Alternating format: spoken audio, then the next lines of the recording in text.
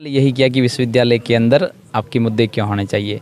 निश्चित तौर पर ये होना ही चाहिए कि भाई विश्वविद्यालय के युवा आपको जब चुनाव करे तो अंदर जिस प्रकार से नए नए युवा आते हैं तो जिनकी आर्थिक स्थिति कमज़ोर हो उनको भी पढ़ाने के लिए अलग से विश्वविद्यालय उनके लिए व्यवस्था करे। यहाँ पर कई युवा कुछ उम्मीद लेके गांव से अगर 12th करने के बाद में अगर विश्वविद्यालय के अंदर आता है तो उसकी एक उम्मीद होती है कि यार विश्वविद्यालय के अंदर जाऊं तो नियमित क्लासें लगेगी, प्रोफेसर पढ़ाएंगे तो हमें बहुत कुछ सीखने को मिलेगा। लेकिन वैसा होता नहीं है यहाँ पर, ताकि उन्हें नहीं होने के कारण उन्हें बाहर जाना पड़ता है, बाहर ट्यूशन जाना पड़ता है, ट्यूशन के कारण उन्हें अलग से पैसे देने पड़ते हैं।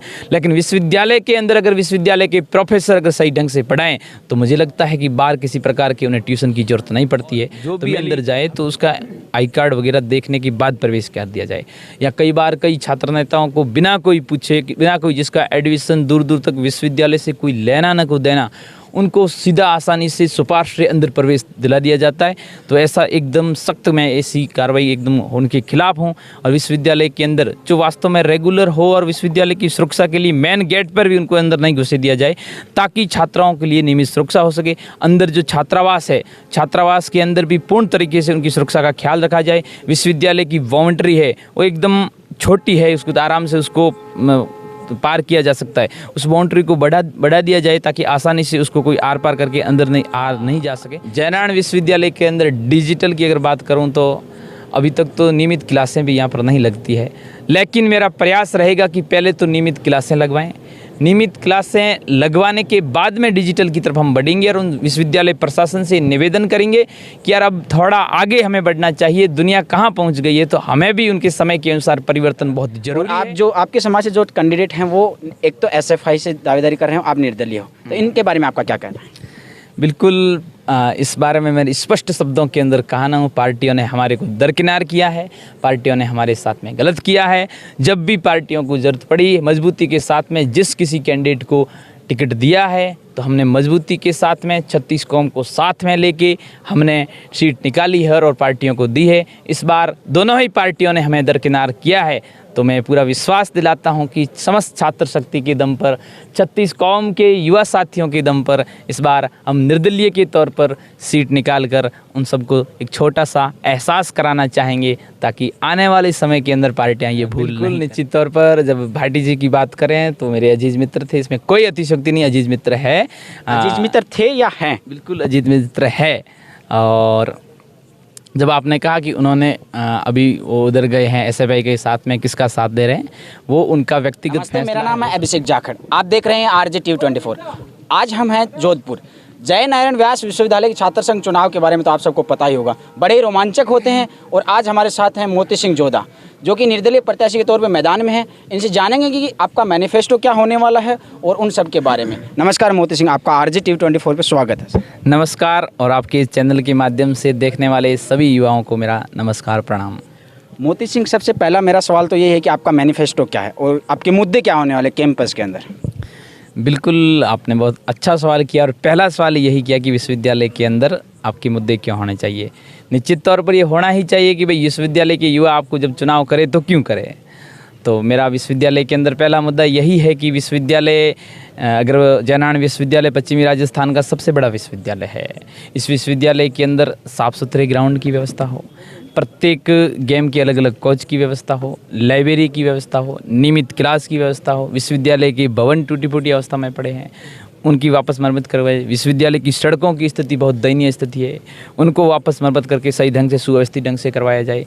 विश्वविद्यालय के अंदर एकदम CCTV कैमरे से युक्त हो। विश्वविद्यालय कैंपस की जो हॉस्टल्स है, चाहे गर्ल्स हॉस्टल हो, विभिन्न छात्रावास है, उनकी स्थिति बहुत दयनीय है, उन स्थिति को सुधारा जाए। विश्वविद्यालय के अंदर प्रॉपर तरीके से गार्ड की व्यवस्था हो। विश्वविद्यालय के अंदर ऐसी कई प्रकार की समस्याएं हैं। विश्वविद्यालय के अंदर जिस प्रकार से नए नए युवा आते हैं तो जिनकी आर्थिक स्थिति कमज़ोर हो उनको भी पढ़ाने के लिए अलग से विश्वविद्यालय उनके लिए व्यवस्था करे। ऐसे कई प्रकार के विश्वविद्यालय के अंदर मुद्दे हैं जो छात्रों के हित के लिए होने चाहिए।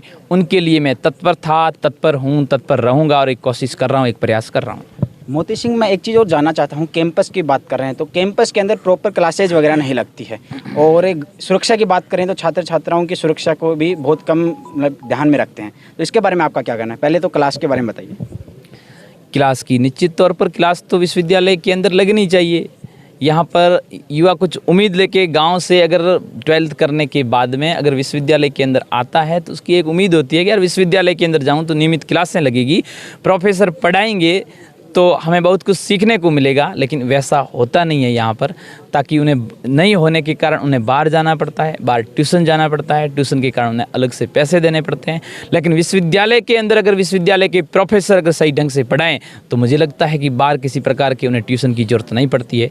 तो मेरी हमेशा पहली प्राथमिकता रही कि विश्वविद्यालय के अंदर नियमित क्लासें लगे और युवा उसके अंदर आए और मजबूती के साथ में पढ़े, तो कि बाहर उन्हें किसी प्रकार की ट्यूशन की आवश्यकता नहीं पड़ेगी और आसानी से वह सक्सेस होकर अपने परिवार का, अपने समाज का और अपने देश का नाम रोशन कर सके। दूसरा, अपने जो छात्राओं की सुरक्षा को लेकर जो कमला नेहरू महाविद्यालय है, जो अलग से एक छात्राओं के लिए कॉलेज है। बिल्कुल, कमला नेहरू महाविद्यालय की जब आप बात करते हो तो सुरक्षा बहुत ही ज़रूरी है। ये एकदम सेंटर के अंदर केएन कॉलेज आती है, तो उसकी सुरक्षा के लिए प्रॉपर तरीके से गार्ड की व्यवस्था की जाए। वैसे एक गार्ड है, उस और गार्ड को उसको बढ़ा दिया जाए और जो भी अंदर जाए तो उसका आई कार्ड वगैरह देखने के बाद प्रवेश कर दिया जाए। या कई बार कई छात्र नेताओं को बिना कोई पूछे, बिना कोई जिसका एडमिशन दूर दूर तक विश्वविद्यालय से कोई लेना न को देना, उनको सीधा आसानी से सिफारिश से अंदर प्रवेश दिला दिया जाता है। तो ऐसा एकदम सख्त मैं ऐसी कार्रवाई एकदम उनके खिलाफ हूँ। और विश्वविद्यालय के अंदर जो वास्तव में रेगुलर हो और विश्वविद्यालय की सुरक्षा के लिए मेन गेट पर भी उनको अंदर नहीं घुसे दिया जाए, ताकि छात्राओं के लिए नियमित सुरक्षा हो सके। अंदर जो छात्रावास है, छात्रावास के अंदर भी पूर्ण तरीके से उनकी सुरक्षा का ख्याल रखा जाए। विश्वविद्यालय की बाउंड्री है वो एकदम छोटी है, उसको आराम से उसको पार किया जा सकता है। उस बाउंड्री को बढ़ा दिया जाए ताकि आसानी से उसको कोई आर पार करके अंदर नहीं जा सके। ऐसे कई तरह की सुविधाएं हो सकती है ताकि आसानी से उनकी सुरक्षा की जिम्मेदारी हम सबका कर्तव्य बनता है, हम सबका दायित्व बनता है और उस दायित्व का निर्वहन करने के लिए हम सभी कोशिश कर रहे हैं। मोती सिंह, क्योंकि एक ऐसा केस हमने आरयू के अंदर देखा था कि कुछ छात्र नेता हैं जो कि चुनावों के बहाने गर्ल्स हॉस्टल में और कॉलेज के अंदर जाते हैं और मे आई हेल्प यू के नाम से उनसे छेड़छाड़ करते हैं। तो ऐसा केस इनमें न हो, इसके लिए आपके क्या करने वाले हो? बिल्कुल, ऐसे राजस्थान विश्वविद्यालय के अंदर इस तरह की आप जब बात करते हो तो ऐसी बिल्कुल अगर नहीं होनी चाहिए कि हमारे परिवार के अंदर भी हमारी बहन बेटियां हैं, तो निश्चित तौर पर हम सब मारवाड़ की युवा सशक्त है और युवा जागृत है और हम हमेशा इस प्रयास करते हैं कि ऐसी घटना हमारे जयनारायण विश्वविद्यालय के अंदर नहीं हो। अभी तक ऐसी घटना हुई नहीं है और हमेशा हमारा प्रयास रहता है कि विश्वविद्यालय के अंदर ऐसी नौबत कभी नहीं आएगी। इसके लिए हम सब प्रयासरत हैं। जो भी प्रयास होगा विश्वविद्यालय से संबंधित, हम हमेशा तत्पर रहते हैं हमारी बहनों के लिए। मोती सिंह, एक सवाल मेरा और है कि आजकल डिजिटल शिक्षा को बहुत ज़्यादा बढ़ावा दिया जा रहा है। अपन प्राइवेट यूनिवर्सिटीज़ की बात करें तो वहाँ पे छात्राओं को मतलब डिजिटल शिक्षा हो, डिजिटल बोर्ड हो, उन सब के लिए प्राथमिकता दी जाती है। तो अगर मोती सिंह जोधा अध्यक्ष बन जाते हैं तो उनकी क्या प्राथमिकताएँ रहने वाली हैं? बिल्कुल, निश्चित तौर पर जयनारायण विश्वविद्यालय के अंदर डिजिटल की अगर बात करूँ तो अभी तक तो नियमित क्लासें भी यहाँ पर नहीं लगती है, लेकिन मेरा प्रयास रहेगा कि पहले तो नियमित क्लासें लगवाएं। नियमित क्लासें लगवाने के बाद में डिजिटल की तरफ हम बढ़ेंगे और उन विश्वविद्यालय प्रशासन से निवेदन करेंगे कि यार अब थोड़ा आगे हमें बढ़ना चाहिए, दुनिया कहाँ पहुँच गई है, तो हमें भी उनके समय के अनुसार परिवर्तन बहुत ज़रूरी है ताकि यहाँ के युवाओं को वो सारी सुविधाएं मिल सके और विश्वविद्यालय के युवा आगे बढ़ सके और अपने मारवाड़ का, पूरे राजस्थान का नाम रोशन कर सके। इसके लिए हम सब प्रयासरत हैं, कोशिश कर रहे हैं और मुझे लगता है कि इन सब युवा साथियों का जिस तरह से प्यार और आशीर्वाद मिल रहा है तो उस कोशिश के अंदर भी हम सफल होंगे निश्चित तौर पर। मोती सिंह, जोधपुर जय नारायण व्यास विश्वविद्यालय है, इसकी नज़रें पूरे प्रदेश के ऊपर है और यहाँ पे मारवाड़ के साथ में जोधपुर, बाड़मेर और नागौर के साथ साथ अनेक प्रदेश के छात्र आते हैं, तो उनको एडमिशन के लिए बहुत सी तकलीफ़ें झेलनी पड़ती है। उसके बारे में क्या कहना आपका? बिल्कुल, यहाँ पूरे मारवाड़ के युवा आते हैं। एडमिशन यानी कि जिसकी परसेंटेज ज़्यादा है उनको एडमिशन पहली लिस्ट के अंदर, दूसरी लिस्ट के अंदर कई युवाओं के होते हैं, लेकिन कई युवाओं के एडमिशन नहीं होते, उन्हें निराश होकर वापस लौटना पड़ता है या फिर प्राइवेट एडमिशन लेना पड़ता है। तो मेरे हमेशा ये प्राथमिकता यही रहती है कि जिस प्रकार से जो सीटें हैं उन सीटों का कोटा बढ़ा दिया जाए ताकि युवाओं को अधिक से अधिक प्रवेश मिले। ये मेरी कोशिश है, एक प्रयास है। ग्रामीण क्षेत्र से आने वाले छात्राओं और छात्राओं के लिए 5% अधिक कोटा मिले, ऐसा कोई आपका मैनिफेस्टो में है? देखिए, निश्चित तौर पर ग्रामीण क्षेत्र से आने वाले युवा को 5% अलग से मिलना चाहिए बिल्कुल, क्योंकि गांव से आता है तो उसकी एक उम्मीद होती है। अगर विश्वविद्यालय के अंदर कैसे किसी की आर्थिक स्थिति कमज़ोर भी होती है तो फिर भी वो विश्वविद्यालय के अंदर आके पढ़ना चाहता है। वो भी अगर मैनिफेस्टो के अंदर आपने भी कहा है, वैसे मैंने इस बात को सोचा था, वो भी मैनिफेस्टो के अंदर हम आज से डाल देंगे। मोती सिंह, इन सब से परे हट के अब मैं आपको बात करता हूँ समाज के बारे में। जी। आप राजपूत समाज से आते हो और एबीवीपी और एनएसयूआई ने जाट समाज के कैंडिडेट को दावेदारी में मैदान में उतार दिया है। आप भी दावेदारी कर रहे थे लेकिन आपको नहीं उतारा, और आप जो आपके समाज से जो कैंडिडेट हैं वो एक तो एसएफआई से दावेदारी कर रहे हो, आप निर्दलीय हो, तो इनके बारे में आपका क्या कहना है? बिल्कुल, इस बारे में मैंने स्पष्ट शब्दों के अंदर कहा ना हूँ, पार्टियों ने हमारे को दरकिनार किया है, पार्टियों ने हमारे साथ में गलत किया है। जब भी पार्टियों को ज़रूरत पड़ी मजबूती के साथ में जिस किसी कैंडिडेट को टिकट दिया है तो हमने मजबूती के साथ में 36 कौम को साथ में लेके हमने सीट निकाली है और पार्टियों को दी है। इस बार दोनों ही पार्टियों ने हमें दरकिनार किया है, तो मैं पूरा विश्वास दिलाता हूं कि समस्त छात्र शक्ति के दम पर, 36 कौम के युवा साथियों के दम पर इस बार हम निर्दलीय के तौर पर सीट निकाल कर उन सबको एक छोटा सा एहसास कराना चाहेंगे, ताकि आने वाले समय के अंदर पार्टियां ये भूल नहीं करें। मोती सिंह, एक चीज़ और जानना चाहूँगा कि जय नारायण व्यास विश्वविद्यालय के अंदर मुद्दों से हट के जातिवाद पे आ जाती है राजनीति, जाट समाज पे आ जाती है, राजपूत समाज पे आ जाते हैं, इनके बारे में क्या कहना है? हर छात्र नेता शुरुआत में करता है कि हम ये करवा देंगे, वो करवा देंगे, लेकिन अंत तक जब चुनाव आते हैं तब तो कहते हैं मैं जाट समाज से हूँ, जाट समाज इकट्ठा हो जाओ, राजपूत समाज से हूँ, राजपूत इकट्ठे हो जाओ, हम सबको स्वाभिमान की लड़ाई लड़नी है, ये सब करना है। इनके बारे में क्या कहना है?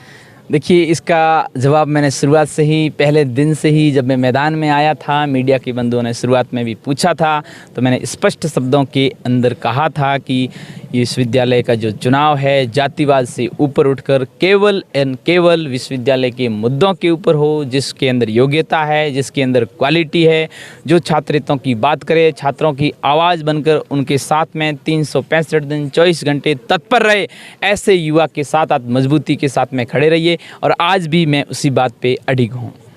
मोती सिंह, एक चीज़ और जानना चाहता हूँ कि पूर्व छात्र संघ अध्यक्ष रविंदर सिंह भाटी से आपकी काफ़ी करीबी रही है, और आपका एक स्टेटमेंट देखा था मैंने फेसबुक के माध्यम से कि आपने कहा था कि आपने अच्छा शिला दिया, मैंने आपका संगठन से परे हट के आपका इतना साथ दिया, तो इसके बारे में क्या कहना है? बिल्कुल, निश्चित तौर पर जब भाटी जी की बात करें तो मेरे अजीज मित्र थे, इसमें कोई अतिशयोक्ति नहीं, अजीज मित्र है। अजीज मित्र थे या हैं? बिल्कुल अजीज मित्र है। और जब आपने कहा कि उन्होंने अभी वो उधर गए हैं एसएफआई के साथ में, किसका साथ दे रहे हैं, वो उनका व्यक्तिगत फैसला है, हो सकता है कि उन्होंने जो दिया उन्हें उचित लगा हो, लेकिन जब युवा साथियों की जो राय है, युवा साथियों का जो आशीर्वाद है, सब मेरे साथ में है, और बाकी ज़्यादा मैं कमेंट कोई करना नहीं चाहता। मैं एक चीज़ और जानना चाहता हूं आपसे कि जब एबीवीपी और एनएसयूआई ने टिकट डिक्लेयर कर दिए थे तो उसके बाद में रविंदर सिंह जी भाटी ने आप तीनों लोगों की एक मीटिंग की थी, तो उसमें क्या वार्ता हुई, तो उसके बारे में जानना चाहता हूँ। क्या कारण रहे कि फिर अरविंद सिंह भाटी को उन्होंने अपना कैंडिडेट डिक्लेयर कर दिया? देखिए, आपने ये पूछ लिया है कि तीनों कैंडिडेटों को सामने लेके मीटिंग की थी, तो यही युवा साथी थे और यही भाटी साहब ने पूछा था अभी अब टिकट किसी को मिला नहीं है और आप सबकी क्या राय है। तो उसके बाद में युवा साथियों ने जो राय बताई थी वो तो युवा साथियों पर छोड़ता हूँ। युवा साथियों ने एक ही नाम लिया था, फिर उन्होंने ये फैसला, वो नाम क्या था? मोती सिंह, यही जो युवा बोल रहे हैं। अच्छा, तो फिर उसके बाद में क्या वार्ता हुई, उन्होंने क्या कहा? अब देखो, उनको युवाओं का अगर फैसला मंजूर होता तो आपके साथ में यही होते, हो सकता है उन्हें युवाओं का फैसला मंजूर नहीं हुआ होगा। नहीं, फिर भी हमारे दर्शक जानना चाहते हैं कि जब उन्होंने ये नाम दिया था उसके बावजूद क्या वार्ता हुई? देखिए, इस पर मैं कोई कमेंट नहीं करना चाहता, इतना ही कहना चाहता हूँ अगर युवाओं की वो बात मानते और युवाओं ने जो कहा वो बात मानते तो आज यहाँ पर होते। हो सकता है उनका व्यक्तिगत फैसला होगा, उनकी जो किसी के दबाव के अंदर आए होंगे, जो भी हो, ये क्वेश्चन आपको उनसे करना चाहिए, मेरे से ज़्यादा नहीं। हमने उनसे पूछा, जब हम रविंदर सिंह जी भाटी से बात कर रहे थे तो उन्होंने कहा था कि मोती सिंह जी आने वाले समय में हमारे साथ आ जाएंगे, तो क्या जब चुनाव होंगे उससे पहले क्या आप एक साथ हो सकते हैं? देखिए, 27 तारीख तक तो ये संभव है नहीं, क्योंकि सभी युवा साथियों का प्यार व आशीर्वाद मेरे साथ में है, और निश्चित तौर पर जिस तरह से इन सभी 36 कौम के युवा साथियों का प्यार और आशीर्वाद मुझे मिल रहा है, तो निश्चित तौर पर हम विजयश्री 27 तारीख को ये केसरिया लहराएंगे। इसमें कोई दुनिया की ताकत रोक नहीं सकती है, क्योंकि इन सब युवा साथियों की ताकत ही है जिसके कारण मैं यहाँ खड़ा हूँ, आपके सामने इंटरव्यू दे रहा हूँ। उसका कारण और उसका एकमात्र कोई कारण है तो ये सब युवा साथी है मेरे साथ में। आप कहीं कोई कोई पूर्व छात्र संघ अध्यक्ष नहीं है, कोई नेता नहीं है, कोई अभिनेता नहीं है। मेरे साथ में अगर कोई खड़े हैं तो मेरे भाई ये सब युवा साथी खड़े हैं और इन्हीं के बलबूते पर मैं यहाँ तक पहुँचा हूँ और यही मुझे आगे 27 तारीख को इस विश्वविद्यालय के अंदर लक्ष्य तक पहुँचाने का कार्य करेंगे। अगर आप चुनाव जीत जाते हैं तो पहला काम क्या करने वाले हैं आप? अब मैं चुनाव जीत जाता हूं तो चुनाव के अंदर पहला काम विश्वविद्यालय के सभी युवाओं को साथ में लेके विश्वविद्यालय के अंदर पहले तो मैंने स्पोर्ट की जब बात की, मेरे कई यहाँ जो युवा है जो किसी न किसी माध्यम से आर्मी की तैयारी कर रहे हैं, तो मेरी पहली प्राथमिकता होगी एनसीसी की सीटों को बढ़ावा दिया जाए, ग्राउंड को पहले सुव्यवस्थित ढंग से सही किया जाए। क्योंकि मैं कभी सुबह में उठता था तो कई बार देखता था मैं वापस उठता उससे पहले युवा ग्राउंड से वापस आ जाते थे। तो यहाँ कई के लोगों के अंदर ललक है, झझक है वास्तव में देश सेवा में आर्मी में जाने की। उनके लिए मैं कुछ कर सकूँ, मेरे लिए ये बहुत परम सौभाग्य की बात है। उनके लिए पहला कार्य मैं करूँगा।